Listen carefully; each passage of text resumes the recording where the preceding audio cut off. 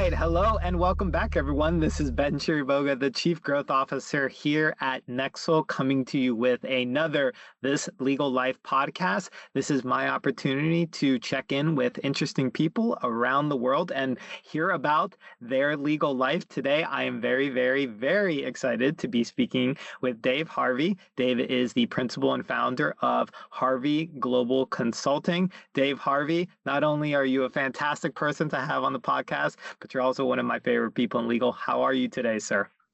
I'm great. And thanks so much for having me today, Ben. It's really exciting to be with you. Always love working with you and Nexl, and I'm looking forward to the discussion today. Me too. Me too.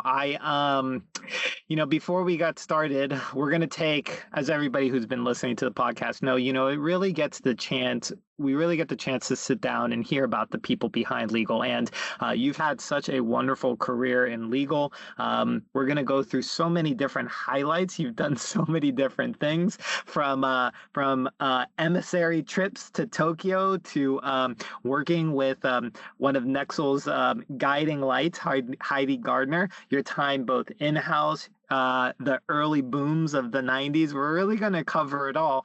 But, before we get started, we were talking off screen, and I know you know this. I was talking with somebody, a future guest, very excited to have him on very soon. But we were talking about, we really feel like legal is in a time between worlds. It's really changing from what it maybe traditional was over the last maybe 150 years, but what's coming next really hasn't happened. And in some sense, I was telling him that why I love doing this podcast is because I get to check in with people and hear their careers, but it's also in a way kind of like a little vignette snapshot of this time that we're sort of all going in, and how people are sort of living their lives. So I just, that maybe we can carry this spirit in and think about this. But my hope is somebody's going to be listening to this in 10, 15 years and be like, wow, all the things that they were doing back there. I can't even believe it. I can't believe that they weren't using AI for their legal solutions. No, just I had to get it in there. But anyway, it's an interesting thought, Yeah. And, I started my legal marketing career in 2000, and I've seen so many changes in the last 20 some years. So I think it's really exciting to see both how far we've come and, what's in the future. And and I think that's one of the reasons, I really love thought leadership. I enjoy doing the roundtables. That's obviously a big part of what I do now as part of my consulting practice. And I get a lot of energy out of getting smart people together with great ideas.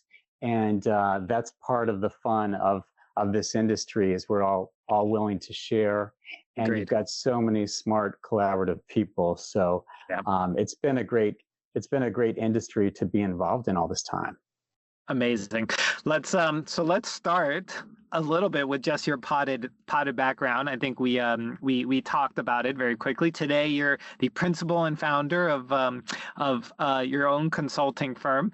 Now, this has been the bookend of a very interesting career, which is so exciting that we're going to go back. But talk a little bit about your practice. Talk about the consulting firm, some of the work that you're doing, going global. We're very excited for that. Let's start from where you are today, the mission, all of that, and then we'll go back in time and we'll have some fun. Yeah. Sure. Well, so my consulting career follows about 20 years in legal marketing and various in-house positions. I would say I sort of majored on the business development side and minored in marketing, if you will. Nice. But as you know, because you work with a lot of people who are in-house, what you do within those jobs can be a little bit of everything and just all over the place. So what I started out doing early in my career ended up being a lot different than what I was doing towards the end of my in-house career. And in my practice now, I would say it falls into probably 3 or 4 buckets. I do a lot of one-on-one business development coaching for primarily big AmLaw, I would say like AmLaw 50 partners and sometimes associates, but typically partners. And I think part of that is just because when I started my career was with Morgan Lewis, and then I worked with like one big firm after another. Mhm. So most of my contacts are with big law. That's just where my friends are. That's where my network is. And I really do enjoy working one-on-one with the partners. You see a wide variety. I love working with the partners who are relatively new in their career or maybe just got promoted to partner because Mhm. they're hungry to learn how to do business development. And a lot of times they've been getting fed by others for a long time. And now they've got Mhm. to start doing their own fishing, and you've got to teach them how to fish, and they want to learn how to fish. Yes, right, right. So that's great when they're hungry for that. And then, as you mentioned, like I've got a relationship and a partnership with Dr. Heidi Gardner from Harvard, and that's developed over the years. And Mhm. I'm very fortunate to be able to do a lot of joint consulting with her. A lot of that is related to go-to-market strategies, typically around industry. And I can talk more about that, but that's a really exciting area for me and an area that I've been working on for a long time. And then the roundtables. So with the roundtables, I was involved as a participant for many years. When I Mhm. went out on started my own consulting, I really wanted to keep that going and have a little bit of a twist on what I had done as a participant. Started that in North America and quickly had a great group of people that and partners with a lot of fabulous service providers like Nexl.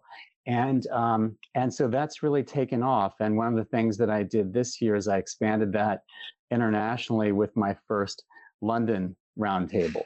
So that was really exciting, a little scary at first, Yeah. but because anything new, you're not sure how it's going to go. But it went as well as I could hope, and they want more. So I'll be going back to London on a regular basis for that. Amazing, amazing. As of this recording, of course, England lost in the finals of the Euros. I don't know how I'm going to just tie that together. I just want to throw that out that that's where we're at. And as a Spanish fan, it was fantastic. But anyway, I think maybe here's how I'll tie it together. Knowing that Dave Harvey is going to be coming back might be easing the English soul's wounds over the next couple of years before the next Euros.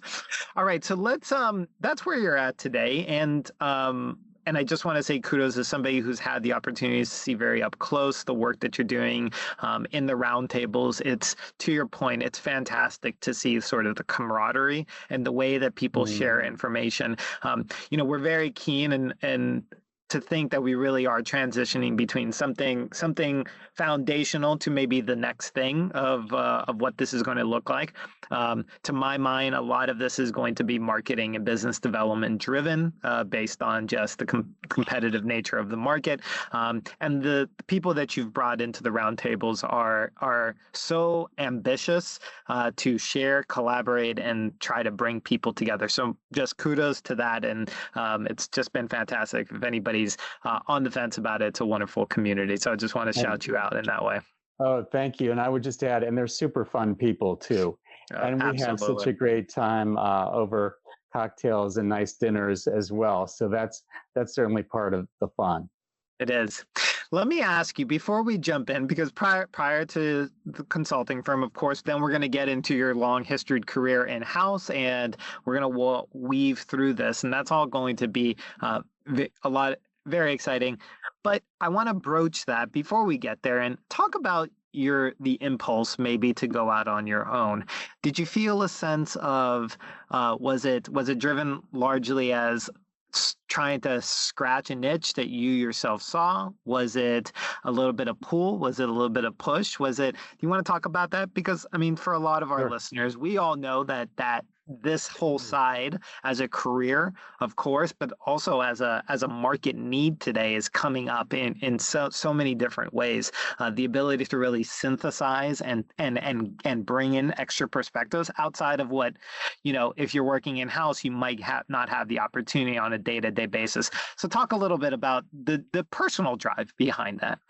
Sure. I think part of it was, Ben, that I wanted to have more control over my own schedule. Mm. And part of that was there was a passion project, if you will. A friend of mine was going to be running for office. And I wanted to be able to help him on his campaign. And I knew that if I tried to do that part-time, it wasn't going to be the same, obviously, if I could really spend the time. Even like we ended up going knocking on doors together, is that type of thing. So I had thought about it for a while. And I did think that given all of the different contacts that I had within the industry and, and my reputation working with a wide range of people, that it was the right time to try it, to go out on my own. Again, it was scary to take that leap, but I talked to a few other people. There was a guy that I was very close to at Oric who talked about some other people he had worked with that made that leap and how satisfied they were once they did that. And I won't say that it was easy. It was definitely not an easy transition, but it's really satisfying when you do that and you know that, you're putting it all out there and you don't have anybody to blame if things don't go well. It's like, it's all on you. So, but I really enjoyed that. And it's been so rewarding to be able to both do some of the passion projects that I really enjoy, but also keep up with all of what's happening in legal marketing and the great contacts and people that are all part of our community. Yeah. Before we're going to jump into your time in-house, and hopefully during that time in-house, I really want to talk about how you have both how you internally evolved over that period of time, but also how how in-house and legal marketing and all of that, because I think there's such obvious overlaps whenever we take it. But one last question about your consulting and the jump there. I guess really the question is around, what's the surprising aspect that you feel has come out of all of this? Is it a sense that, well, I'll let you answer, but there's always this very surprising thing when you start a new journey. I mean, it's not just that the path is always windy in terms of doing what happens. And that's sort of anybody who's ever started anything knows, like, you say A and then instead it's D, and like, okay, whatever, you just go with it. But there's always a happy accident. I feel like that's underneath this. Has that happened to you? Have you felt like something was interesting? Maybe an unexpected door opening, something like that? Oh, for sure. I think there have been a couple big surprises. I mean, one is that you don't necessarily know where the work is going to be coming from. You might have an idea. You might think that, this is going to be my first client, or this person that I've known forever is going to be the first one to try to send me work. It actually can be very surprising where that work comes from. It might be somebody that you just met at a conference and doesn't know anything about you, but it was just serendipitous. You started having a conversation, they were looking for something, and it just clicks. In other ways, sometimes you think, oh, I'm surprised that I haven't gotten any work from this person, right? So you see that happening both ways. But I think you have to be prepared to be nimble. You also position your practice a certain way. And so you're trying to position your practice to get certain types of work, but then it might all end up coming in a different way. So it helps having been, in marketing and business development. And like I said, wearing a lot of different hats, it was fairly easy for me to be nimble because I had to do that my whole in-house career also.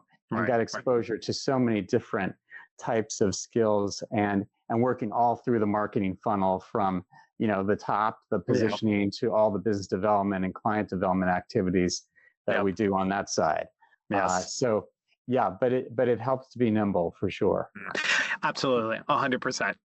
It's, we could do something even then, but I always like to ask this question because whenever I was transitioning from practicing to going out on my own, my initial thought was I just want to shift my practice to working with tech specifically, and instead Now I'm an executive at a tech company. It was like the most unexpected door that just door, and then you open the door, and then the door is another door, and then you look back and you're like, I'm not even positive. I mean, that was not even remotely close to the plan. 30-year-old me, sitting back here. I had just had my 40th birthday, and I could never have planned it. In this way, it's wild. Let's jump into your in-house career. Let's go back to Morgan Lewis. Your first foray, I would say, right? Do you want to talk a little bit about being, recruited, leaving government, going into AmLaw? Let's talk about the 90s. Let's talk about the boom. Sure. And bring us back there. Who are you? Where are you in your skill development? And then what was kind of year one, year two? Hardest years, of course. You're like out of a fire hose, basically most of the time. And tell us a little bit about where marketing and business development is in that context right there. Yeah, well, so going back to the 90s, which I love to talk about the 90s because it was so much fun. I happened to be at the right place at the right time. So what happened was I was working in government, like a lot of people do in DC here. A lot of us punch our ticket, like with the government. I was actually working for Fairfax County, which encompasses like almost all of Northern Virginia. So like Tyson's Corner, Reston. Already they were big tech areas during the 90s. And, one of the big success stories was AOL, for instance, that's like right. locally grown. And that was throwing off a lot of startups.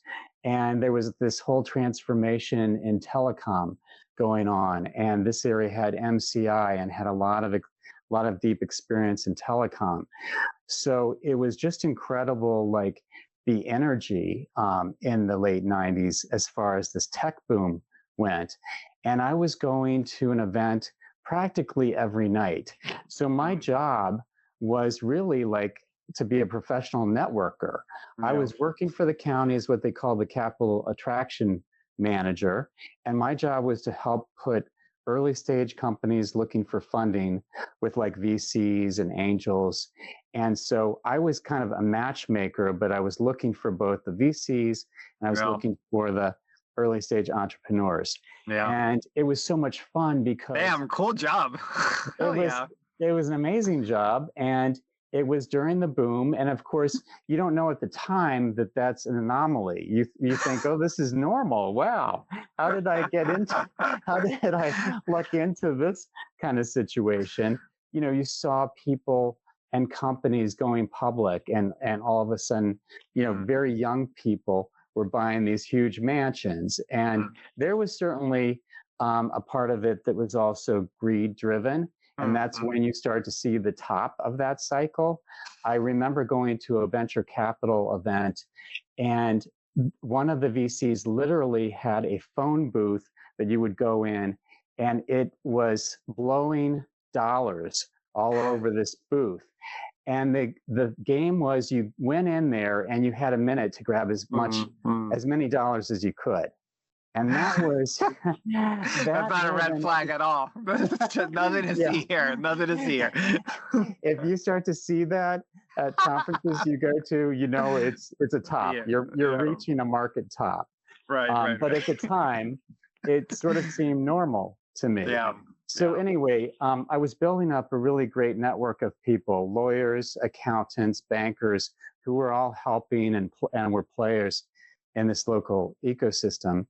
And some people started getting recruited to work for like the PwCs or to work for the law firms.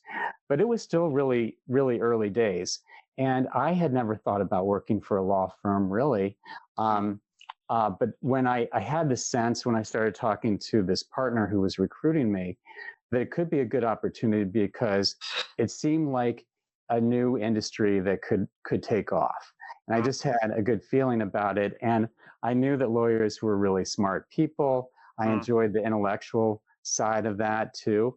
And so, this partner recruited me. We joined Morgan Lewis together. We opened up an office in Tyson's Corner, and that was the start of my legal career. Now, not too long after that, the bottom fell out and it was the tech bust. Yeah. And so that was also interesting and Yes, challenging. yes. All right, so we'll get there. We'll talk about the but. That's a beautiful chapter too, I think. Although what's the old what's the old joke? Lawyers make money in good times and bad times. It's just a matter of what side of the practice, basically. Well, of course, that's the advantage. That's the advantage of being part of a large law firm is yes, it's right, very right. diverse. Yes. But my focus at that time was very much on tech, early deals and stage transaction VCs. Yes, right. Yeah, totally. That was my focus. Okay, so we're gonna get there, but I wanna check in. So that's where you're at right now. Tell us about where marketing is right at this point in time. Where's marketing and business development within the context of an AmLaw 100? What skill sets are they recruiting for you? You're bringing in there. It sounds like there's network. There's the perennial things that never go. Network, being able to show up, obviously connect dots, connect people, all of this, and kind of be a gravitational point here. But what else is going on inside law firms, and some of the stuff that maybe you had to learn, and some of the stuff that you were like, what? Yeah. It's Well, yeah. So like with Morgan Lewis, which was, even at the time was a pretty sophisticated law firm. This is 2000. And they did have a marketing department that I think, like a lot of other large firms, was focused very much on top of the funnel activities. Yeah. So right. so the CMO at the time was all about branding and PR, and that was her skill set. She was very good at that. She happened to be a former attorney also. Mm-hmm. I think a number of the people that were in the marketing group were either recovering attorneys, or in some cases, they might have been in other administrative areas and somebody just decided, oh, you should just do marketing. So, yeah, so right. it was still, people kind of pulling wherever they could find it, pulling talent from wherever they could find it. But when I was brought in, this was a very different type of position because I was market facing. Yes. I was very much about getting leads for the attorneys, not necessarily closing the deal, but generating leads for them. And that meant being out there and talking to those early stage CEOs, talking to general counsel, that type of thing. And that is still a relatively rare position, even now. Exactly my point. Yes, exactly. Yeah. You have, so when you talk about like who were the true believers in tech, that's where you see the ones that continue to do that type of thing. So like, I would say mainly the West Coast firms like the Fenwick, Wilson Sonsini, Cooley, they have continued to have people, and primarily in Silicon Valley, who are market facing. Yeah. But other than that, you really don't see it much. Yes. So totally. this was something that was also very much new to Morgan Lewis and new to most law firms when I took that position. Yeah. Where were you at personally? And just from the perspective of, what, you were riding this bubble. It's all very interesting. Like, how were you thinking about, would you think that this was a flash in the pan in terms of this part of your career, or were you starting to get very invested in the longevity of maybe your career within this industry?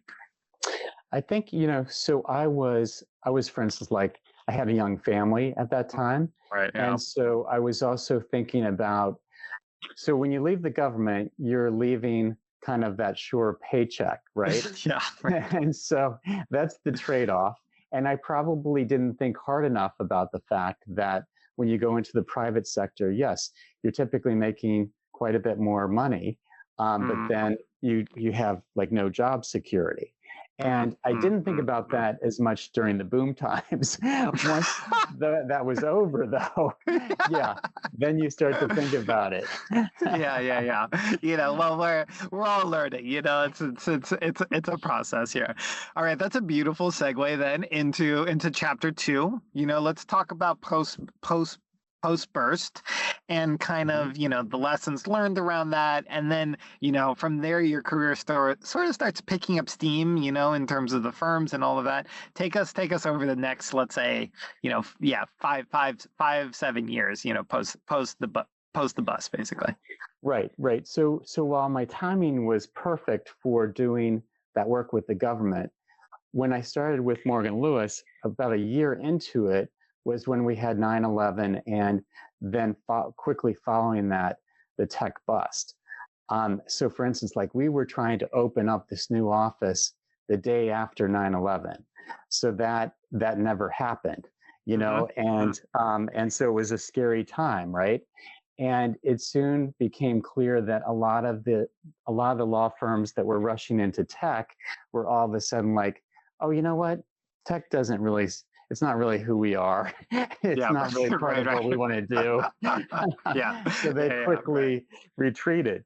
So I'm like, oh, well, I've got to find then the firms that are really committed to this. Hmm. So Hmm. that's when I moved over to Hale and Dorr, which was a very reputable Boston-based firm, and started doing work with them that was really more tied to like what we would consider a more traditional practice position.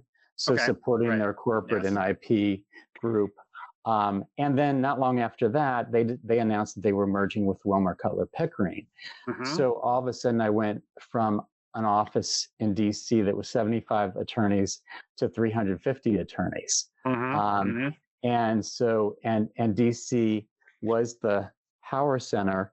But what I will say is that that merger spawned a lot of really great projects and things that I use even now. So, for instance, like because they were coming together, they realized that they had to make sure that their key clients knew, Yes. like, Right. what's the Yeah. advantage of this combination, right? Yeah. Yeah. Yeah. And so I started working with, and there were dual chairmans at the time.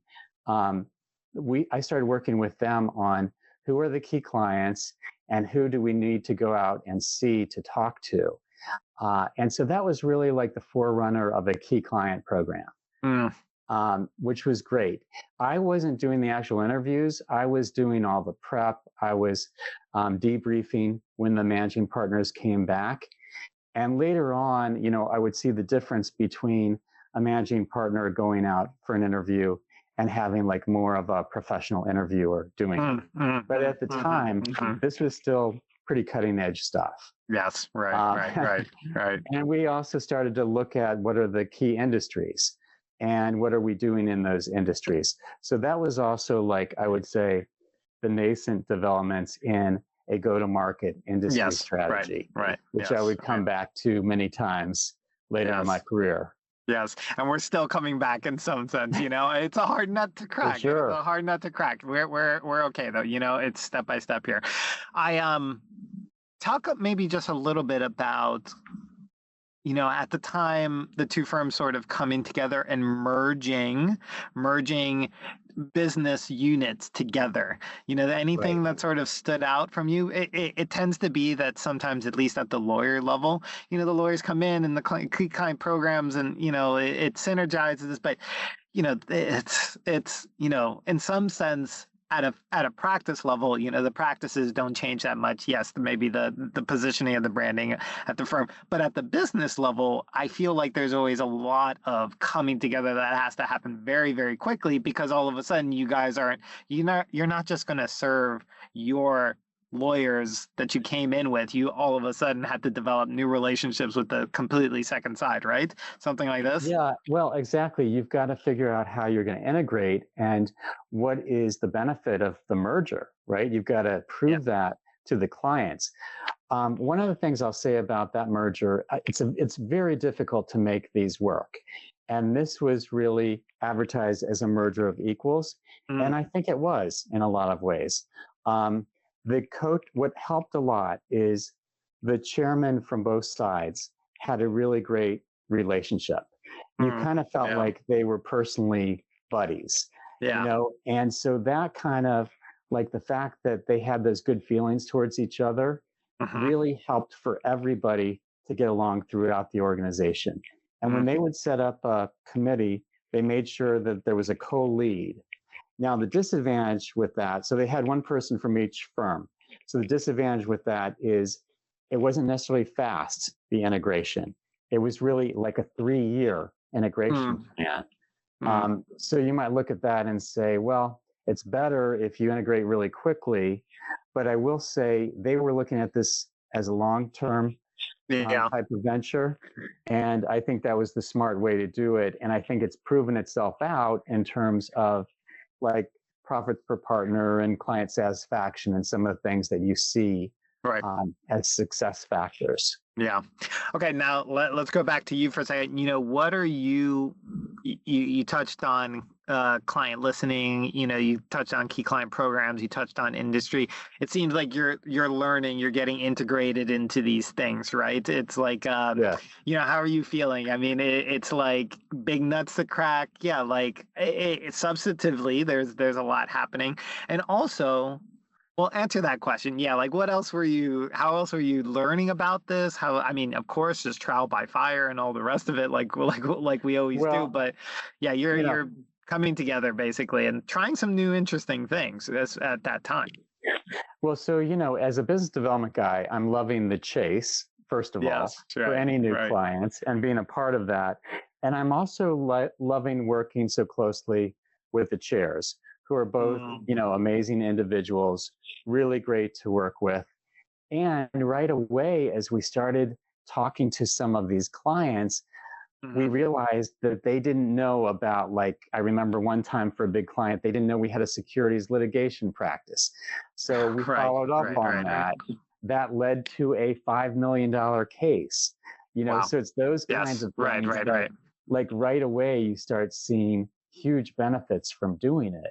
And so I was very excited about working in this part of the business development spectrum. Yes. Okay. All right. I wanted to last thing, where's the this is what I wanted to ask. Where's the clients at this point? We haven't really talked about the client side, but there's evolution always on the clients right now. Client centricity has basically been the two buzzwords over the last 10 years. Right now, what is the client? There's alignment, of course. Very quickly, the conversation today is now around technology and delivering services through technology.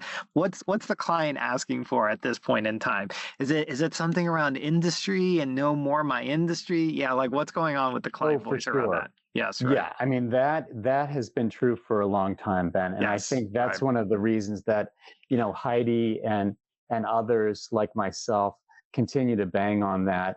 It's not enough just to be a great attorney. You've got to really be specialized. And I think that specialization is going to continue. But I think also in terms of the client being client-centric, what does surprise me is, we had a GC panel as part of my roundtable, and we asked them about client interviews. None of them had ever had one of their outside law firms ask them to do a client interview, even now in 2024. Yeah. So I mean, we've all heard that GC panel, and everybody's like, let's go to lunch or something. Yeah. So it's so amazing to me that there's so much low-hanging fruit out there for all of us to get closer to the client. And there's lots of innovative things that you can do that a lot of firms still haven't even touched on. Yeah. We were starting to talk about some innovative things like having a client advisory board. So you take a bunch of your clients and go directly to them, and they have regular input. What happens right now is a lot of in-house client teams, it's just the lawyers and the marketing people and maybe some other administrative people. And hey, that's a good way to get started. I'm not knocking that as client effort 1.0, but the really sophisticated firms are going much further with that and doing some really interesting things. Yeah. Okay. We could go down a whole rabbit hole about the frictions around all of this, but this is about you today, Dave. So we're gonna be listening to you, not the clients today. So let's jump to MoFo and let's jump to your time there. And I think that there was a lot of really interesting stuff that came out of that time. You want to talk about that transition, what's happening? You're in at this point in time, I think you switched to a specific practice area, litigation IP, but I mean, just tell us about sort of that shift. Sure. Where did that sort of play in your journey here? Yeah, I think again my timing was really lucky. I started with Morrison and Foerster the late 2000s, really focused on their IP practice, and their IP practice was definitely one of the best in the country. But there are a lot of law firms that have terrific Sure. IP practices, so hugely competitive. We had been working with Apple. The firm had been working with Apple for a long time, doing a lot of patent prosecution work, but had never really cracked the litigation side. So we put together, an effort. I guess you would call it now like a pursuit team, and started looking at like how can we try to crack that nut. And we started having the discussions. We did a lot of research. We got our opening when they changed general counsel, and right away, found that the new general counsel did not really have existing loyalties to one particular firm. So it was, it seemed to be the time right. to go for it. Yes. So long story short, we were able, after months of effort, to pull in the biggest case of the firm's the entire history of the firm, and the firm goes back to the 1800s, Apple versus Samsung. Yeah. And this was a seminal case, and it was also a case that ended up employing like more than 200 of our attorneys. So we had that many people on that one case. Yeah. So it was incredible to be a part of first the pursuit side of that, and then to see what that did to the firm. And the first result of that was also that the firm won a $1 billion verdict, so a complete victory. And because of that, I also got to do a really interesting trip to Tokyo on the back of that victory. Let me ask you something, because it's so, I mean, you've obviously been touched by a guardian angel or something. You're making these moves into something, but it's so interesting. I've never thought about this, from a business development and marketing career perspective, looking to be at firms that are in the right place, right time. I know sometimes we don't even have the benefit of that on the outside and being able to do that, but can you talk, my question is really around the importance of just career progression. How important are working on large cases? I mean, it's a leading question, clearly, right? But it's like, do you have any insight into how important it is to be, with important cases and important clients from a straight business development and marketing perspective? Do you think that there's something there, or does it still come down to, how well you integrate with the firm, believe in the mission? Of course, it's like a both and, like everything in the world. But you get what I'm trying to ask. Well, I think actually, so a good indicator for me, even prior to that, was the interview process at Morrison and Foerster, right? MoFo. And so I interviewed with, like the attorney who was the big shot litigator. I could tell really wanted to make sure he was a part of this process. And he had some very good ideas for how he was going to get me on board and get me integrated. And just knowing that a person in his position was taking such an interest in me and how I was going to fit in, to me was also like, hey, this could really be good career-wise. So, gotcha. One thing that I learned there is that if you can be working with the people who are at the very top of the firm, that is certainly very helpful for your career, because they are calling the shots. They have the pull to do something like send you overseas, where, and there might be only a handful of people in a firm of 1,000 people that can do that. So what I would say is, if you have choices, try to get with the best, strongest practice within that firm that you can work with. Yes. Okay. We're gonna go to Tokyo very quickly. It's cue that thing in movies where we send you over with with a plane. But let me I'm not gonna add like background music or anything where you leave the United States. But let me ask you just one last question. It's you know it's interesting that you say the importance and how forward the big lawyer within the firm and how he was making things. How important is it? Have you felt for still staying with career, the idea of like how integrated the lawyers and how in the weeds they are from a perspective of, let's say, go to marketing, business development. Again, saying it out loud is sort of like obviously yes, duh, but I think that there's a difference between doing it and then the idea of innovation around that and trying to have this kind of like mindset. Have you just felt like that's another very, very clear road signal that there's something here, the idea of how excited the firm is from that perspective for your career?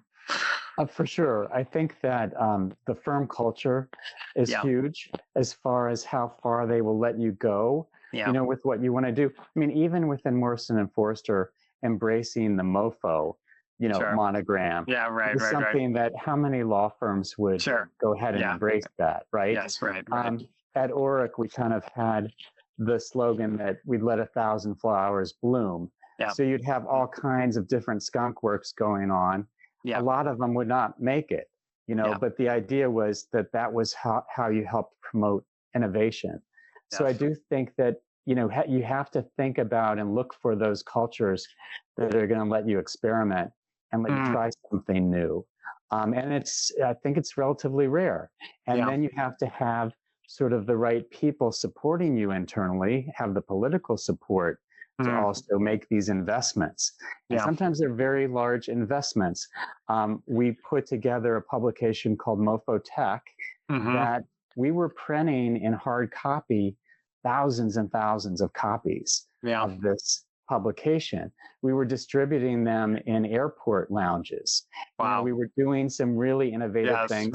And it was expensive. It was a very expensive thing, but we did that for, I believe it was 7 years. We kept that going.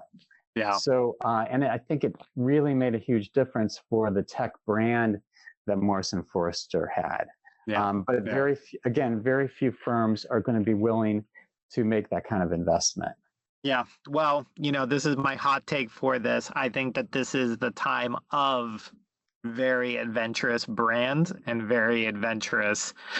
It's a noisy, I'm speaking to the choir, it's a noisy, very hard to cut through, very competitive market here.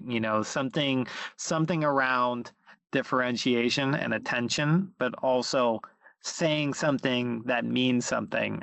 These are the three horsemen, I think, right now of the day as we're sort of moving in this time. I don't know if you agree, but yeah, that's my thought. I definitely agree, and I think it brings up one other point, which is to differentiate. Sometimes you really have to get close to the client, and I'll just give you one other example.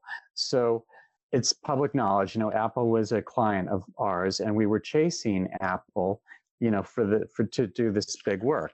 At the time, they had just launched the iPad, and the iPhone was just taking off, and apps were just taking off. Yeah. So we said, hey, it would be cool if we could show that we know how to do an app, that we could develop an app and then show that we get it. So one of the funnest projects that I had was working with an outside developer who's still a really good friend that you and I know, Jaron Rubenstein. And we worked together on the first iPhone app that a law firm had developed, a large law firm had developed. I did not know this. Shout out Jaron. Hey. Yeah, it even had a built-in game. I mean, we made it fun. We made it interesting. And so what happened was one of the pitches that we had, our litigator says, hey, by the way, we just developed this app I thought you'd be interested in. So all of a sudden he's able to show them that we're walking the walk. Yeah. right? So Yeah. we've Yeah. developed this. So that was a very cool project. And we did a press release and made a big deal out of the fact that we had Yeah. developed the first iPhone app. Oh my God. Okay. All right. We're coming to the last chapter, let's say, and then we'll wrap this up and get you out of here. You've been very gracious with your time. Let's go. You get the call to go east, as it were. You want to talk us a little bit about Well, that, the special envoy? go west to Go the west. Far East. Right. I got it. Go west to the Far East. Right. Exactly. So whichever way you Right. go around the world, effectively, yes. But being called, yeah, this is. And I think this is interesting because I see you're still market facing at this point, right? I mean, there's an element to that in that, or Well, why so don't you tell us about this? So my position at that point was Global Business Development Director. And so the partner who won the Apple Samsung case, won the $1 billion, he was now chairman of the firm. He's also on the cover of AmLaw Litigator of the Year. Right. And so his thought is, how can we leverage this? And what his idea is that he was thinking a lot of Japanese clients might be interested in suing Samsung. And MoFo had one of the best Tokyo offices of any US law firm. So, yes, so he called me up and said, I'm looking for somebody who can go over and do some scouting for me and really talk to all the partners and line things up so that when I go over there, I'm going to have meeting after meeting with these companies. And I said, okay, I'll think about who would be the best one to do that. And he said, no, I want you to do it. So who was I to say no, right? Yeah. Oh my God, amazing. This is right out of the script of the movie. Yeah, you're like, me? Yeah, right. So like Bill Murray, I'm sent over to Tokyo. They put me up in the middle of Tokyo. I'm at least a foot taller than everybody around me. Right. It felt strange, but it was also very cool. It was it stretched me a lot as a person. And I think one of the reasons is I had never been in a position where I was like a minority, felt like a minority type of class or anything. And so you realize like it is different if you're not if you don't look like everybody else. Sure. And I felt like as an American, I also I was representing the country in a way. If I'm the only American in this big group of people. But it was a very cool experience. They had the Tokyo office was right next to the Tokyo rail station, about 90 stories tall and overlooking the Imperial Palace. Yes. So it was a famous building in Tokyo. And I was up, on 7th floor or whatever. And at night, you could see nothing but lights. Yeah. So beautiful view, amazing place to be. The best sushi, obviously, that I've ever had. Yeah. Now that said, one of the lessons learned was that the culture was such that the Japanese clients really did not want to sue. Right. And we knew that a little bit going in, but it really confirmed how different the culture was there versus the U.S. and even versus some other countries. So that was also a great learning experience just from a cultural standpoint. Yes, I love it. Anybody who has grown up in the West and grown up in the United States and has to go to Tokyo, it is to your point, it is such a culture shock, but in the best way. It flips your own sort of dynamics. I'll never forget this ever. My then girlfriend, now wife, and I went on a Tokyo trip, and we came back and we flew back into JFK, and it's kind of cliche, but of course Tokyo is incredibly well run despite all of these people. The trains run on time, people wait in lines, and I'll never forget this. I get off in JFK and I take the A train down to our apartment, and it's just like me on the A train trying to get down, and it's just chocolate or peanut butter, oil and water. It doesn't matter, it's two sides of the same coin. But I'll never forget that experience, sort of being back and just like there's nothing like New York and there's nothing like Tokyo, of course. And it was so great to be able to like have that experience. It was incredible. And like you, Yeah. best sushi, man, best ramen. I'm a huge ramen fan. Anybody who loves ramen, give me some good ramen restaurants. But it was fantastic. All right, so let's get into Heidi, and let's wrap up a little bit with the idea of we started with the idea, we started at the end, and now we sort of come on. you know you're at Oric. You can go into your Mhm. time at Oric, but eventually, you feel this idea. Maybe talk just a little bit about Oric, and then that sort of transition phase into. You've talked about some of your impulses, of course, but yeah, you want to sort of like take us home a little bit, and then starting to expand. I think the idea of getting your head around outside of the firms after a better part of like sort of 20 years. Yeah, take us home here. Sure, sure. Well, we kind of touched on it before in terms of like the whole industry go-to-market strategy, right? Yeah, And right, Oric right. was very early on and very dedicated to that strategy. They had three sectors, very defined sectors Hmm. that they went after. And you saw that on their homepage. You saw that kind of all the way through everything that we did. And part of that was from Heidi Gardner had worked with the chairman of Oric for quite a while. Hmm. And Heidi was already Miss Collaboration at that point. Sure. She had her book out about smart collaboration and already had a terrific brand. I met her because our CMO at the time brought her in to work with us on our sector strategy. And of course, right away, I was like, wow, how do I Yeah, work right. more with this Yeah, person? right. And I think we got discussing that we could have a really interesting case study based on what Oric was doing. And so I got that process started while I was there, but then I didn't write the case study. I was just kind of in the background. Yep. Later on, Heidi and I did do a joint case study together, and that's another story. But we even before that, we started writing some joint articles together.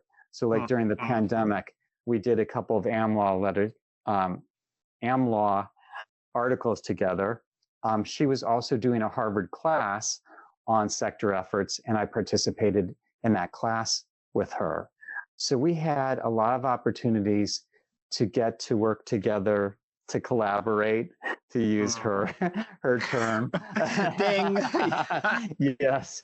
And so, of course, when I thought about going out and doing consulting, I thought, wow, wouldn't it be great if I could do this in some way with Heidi? Yeah. And I think it took a little different kind of trials and errors for us to figure out the best way to work together. We always worked well together, but I think we've evolved that over time and have gotten to the point where the way I like to put it is like Heidi gets people so excited and jazzed about collaborating together, from anybody she talks to, from the chairs, people who are heading up industries. So she'll get people like rah rah. And then I'm really there to sort of take that energy and try to translate that into real action, into like business plan, the boring block and tackling that a lot of times doesn't get done, But frankly, that's where the rubber meets the road, because you can get everybody excited, but you got to make sure that ends up translating into activity and planning, and so we're a good combination that way. And so I really roll up my sleeves with a lot of the clients that we work with and help them with their plans and coach them through next steps. And that's worked really well for us. And we've done it both in the US and globally. And she has an amazing global reputation and is known, far corners of the world. And I'm, of course, really enjoying getting to work with clients all over the world too. Yeah, yeah. We've taken more than enough of your time.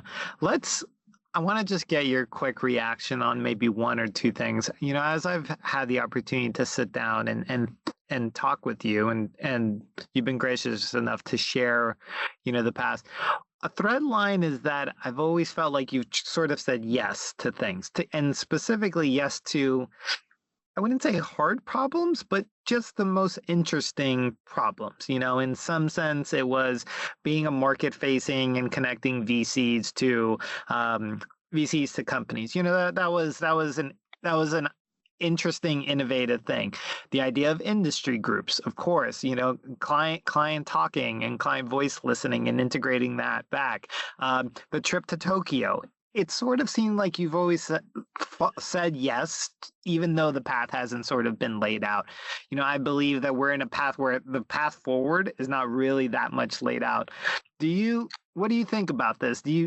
On reflection, do you feel like that's been specifically in this industry? I would say that that's the case for the entire legal industry, regardless. Saying yes to difficult problems that seem not solved is probably the best path forward to the most interesting things. But in your strand, and specifically in marketing development, what do you think? Is that kind of a good heuristic? And do you feel like that's what you've done in some sense? Yeah, I think so. Now that I'm thinking back on it, I think that you have to take those chances. Sometimes they work, sometimes they don't, but you're always going to learn something by taking those sort of big swings. And I guess part of it is there's also an entrepreneurial part of me, right. That I've always admired entrepreneurs, the guys and gals that build their own businesses and have some of that. And that also, I think, sort of inspired me to go the consulting route is I think I've been a cheerleader, for like a lot of entrepreneurs, and in my own family have had people who've built their own businesses. And so I really, I look for that, but you can be an entrepreneur inside totally, of an organization. Totally. Yes. 100%. And I realize, I was very fortunate. I'm lucky that I can transition to having my own company in some ways because my wife works and everything. So yeah, I think that look for those opportunities to be an entrepreneur wherever you are. Yeah. And hopefully you get those opportunities. And if not, it is the type of industry where look for those firms that where you think you'd be able to do that. Yeah. Because there are plenty of law firms out there. Yes, 100%. Tell us, we're going to wrap up. Tell us about the next 6 months. Anything you want to plug? Anything that you think people need to be on the lookout for? Publishing a new paper with anybody? It's good things that we should be looking out for. Well, I think for those people who are interested in the international aspect, as I mentioned, I'm going to be doing a London roundtable again next year in May. And I'm also continuing to do my North American roundtables, which are twice a year, tend to move those around the country. So it's a marketing leaders roundtable. It tends to be CMOs and very senior director roles. But I really find that, and when I was in-house, I found too, there's nothing like being able to compare notes with your peers, your peer group. And look, there's a lot of good associations out there. I'm also heavily involved with LMA. Yeah. But I think the biggest value I saw was really being able to discuss the same issues that, Joe Blow or Mary is dealing with just down the road from me. Yeah. And fortunately, we can do that in a really supportive, sometimes it's group therapy type of environment. Yeah, right. But yeah, people really seem to enjoy that. And then the last, I was going to say one lesson that I've learned over my career too, that I would leave you with is never stop networking. I did not think, like at this stage in my career, I would still be making new relationships and new friends that have been so exciting and so interesting to take me in to sort of the next level of what I Yeah. want to do. Mm. And so, you know, even over the last year or two, I mean, just some incredible relationships that have Mm. popped up from either going to like marketing partner forum or from the roundtables or people Yeah. that have introduced me to, you know, great folks like yourself. You can, you want to keep that going. So definitely get out there. If you feel like you are being kept at your, you know, at your desk, or you're not being Right. allowed to shine, I would definitely encourage those people, if you're in that situation, to find a firm that supports you doing things where you can be out and about and learning from others and networking, and a lot of good things are going to come from that. Oh, I love it. Good final words, honestly, to inspire this Monday. Dave, thank you so much for sitting down. I just want to leave you with a thought experiment. You know, I just want to, first of all, thank you for the nice words. And it's incredible that you're still networking, and getting the chance to meet people like you is fascinating. It's why I love this industry. But, you know, a last little thought experiment. Imagine if you would have stayed in government and not said yes, you know, what would it have been? Who knows, you know, both good and bad, who knows? But, you know, in some sense, it's been great that you said yes and sort of transitioned into something else, and the path was, you know, the path is what you make it. I've fundamentally believe that, you know, so it's there's not one path, there's how you walk it in some sense. That's my poster for the day. Yeah, I would say I've taken a path less traveled, that's for sure. Yeah. But everybody, you know, has an interesting path to take. And yeah, I would have been probably quite happy and hopefully successful if I had stayed in government too. But it Yeah. wouldn't have been, I don't think, nearly as interesting as Mm. the path I've been taking. Absolutely. All right, everybody. Well, we are going to wrap up with another This Legal Life. I sat down with the one and only Dave Harvey today to talk about his incredible journey through legal, from Tokyo to Heidi Gardner to everything really in between. And it's been a delight. Thank you so much, Dave. And we will absolutely have you back very, very soon. Take care. Thank you, Ben. Thanks. All right. And thanks to Nexl. All right. Thanks, everybody. If you like this podcast, please like and subscribe. Let it, you know the deal, right? We've all been on the internet for a long time. Let us know if you like it, and we'll be sure to do more. All right, everybody. Take care, and we'll talk to you soon. Bye-bye.